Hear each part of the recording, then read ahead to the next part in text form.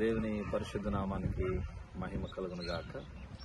ఈ ఉదయకాలపు శుభాభివందనాలు మన రక్షకుడైన యేసుక్రీస్తు వారి నామలో మీకు తెలియజేస్తున్నాం. బిడ్డలారా గమనించండి, ఈ బాల్ మీరు చూస్తున్నారు. ఏంటి పాస్టర్ గారు వాక్యం చెప్పకుండా బాల్ పట్టుకుని నిలబడ్డారని ఆలోచిస్తున్నారేమో. గమనించండి, పరిశుద్ధ గ్రంథమైన బైబిల్లో ఒక వాక్యం ఉంది. నీతిమంతుడు అతడు 7 మారులు పడినను మరలా పైకి లేస్తాడు. కీర్తన గ్రంథంలో భక్తుడు అంటాడు, యెహోవా అతని కుడి చెయ్యి పట్టుకుని ఉన్నాడు కనుక అతడు నేలన పడినను లేవలేకుండా ఉండడు అని. నిజమే, ఈ బాల్కు ఉన్నటువంటి ఒక సెన్స్ మీరు ఆలోచిస్తే, మీరు ఇట్లా కింద కొడితే మళ్ళీ అది పైకి వస్తుంది.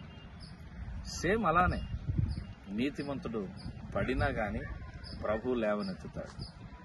పడిన వాడిని మనము పడిపోయాడని అపహాస్యం చేయవలసిన అవసరం లేదు. అతడు పడినా లేవనెత్తుటకు ప్రభు సమర్థుడుగా ఉన్నాడు. ప్రభు నిలబెట్టువాడు కనుక మిమ్మల్ని కూడా ప్రభు నిలబెడతాడు.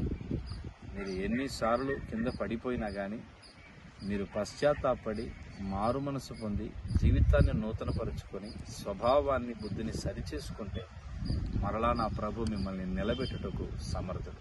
పడిన చోటే మిమ్మల్ని ఉంచాడు, ఖచ్చితంగా పైకి లేవనెత్తుతాడు. కృప మీకు తోడై ఉండును గాక. ఆమేన్.